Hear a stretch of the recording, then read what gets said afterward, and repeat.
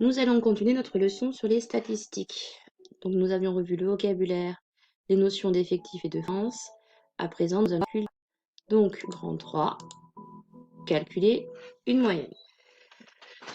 Au collège, on a deux types de calcul de moyenne, ce qu'on appelle la moyenne simple, celle que vous connaissez depuis les petites classes, et ce qu'on appelle la moyenne pondérée, pardon, qu'on utilise depuis la 4e et qu'on utilise maintenant aussi en 3e. Donc, définition, la moyenne d'une série de données est égale au quotient de la somme de ces données par l'effectif total. Ça veut dire qu'on fait la somme des données et que l'on divise par l'effectif total, c'est-à-dire le nombre de valeurs. Donc, exemple, voici les notes sur 20 obtenues par Mariam en mathématiques au premier trimestre. 11, 12,5, 14, 9,5, 13.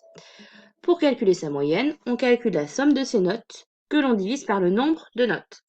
Donc ici, on fait 11 plus 12,5 plus 14 plus 9,5 plus 13. Et comme il y a 1, 2, 3, 4, 5 notes, nous divisons par 5. À la calculatrice, ça donne 60 sur 5, 65e, ce qui fait 12. La moyenne des notes de Mariam est égale à 12 sur 20. Donc dans cet exemple, effectivement, on peut remarquer que la moyenne, elle est comprise entre la valeur minimale et la valeur maximale de la série. Effectivement, si on avait trouvé une moyenne de 18, on aurait pu se dire qu'il y a un petit problème. Elle n'a jamais eu une note supérieure à 14, il est donc impossible qu'elle ait une moyenne de 18. Remarque, la moyenne n'est pas nécessairement égale à une des données de la série. Donc là d'ailleurs vous voyez, 12 c'est pas une donnée de la série, ce n'est pas une. Par contre, la moyenne est toujours comprise entre la plus petite valeur de la série et la plus grande des valeurs. Donc ça c'est un critère qui vous permet de voir si vous avez fait une erreur. Maintenant, on va s'intéresser à la moyenne pondérée. Donc, une moyenne pondérée. Définition. La moyenne pondérée d'une série de données est égale à la somme des produits de chaque valeur par son effectif, divisé par l'effectif total. Donc là, c'est vrai que la phrase est plus difficile à comprendre, mais sur un exemple, vous allez mieux voir ce que cela signifie. Une petite remarque par rapport au mot pondéré. Donc, le mot pondéré vient du mot poids. Les valeurs considérées n'ont pas toutes le même poids ou coefficient.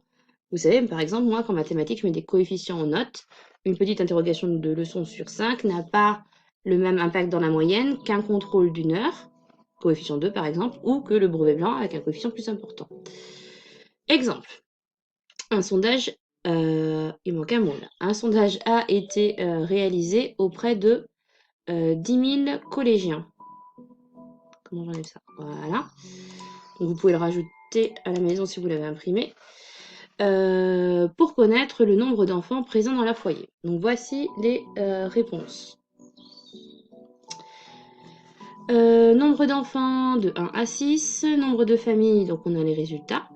Pour calculer la moyenne d'enfants par famille, on effectue les produits du nombre d'enfants par le nombre de familles. On les additionne, puis on divise le résultat par le nombre total de familles. Donc vous voyez, à chaque fois, on fait nombre d'enfants fois l'effectif, donc 1 fois 4525, plus 2 fois 3551, etc., etc., jusqu'à faire 6 fois 45. Et on divise par l'effectif total, donc on fait la somme de tous ces nombres ici. Ça donne 18 151 divisé par 10 000, soit 1,8151, ce qui veut dire que le nombre moyen d'enfants par famille est d'environ 1,8. Voilà, c'est tout pour cette partie. On reviendra sur le dernier paragraphe à un autre moment.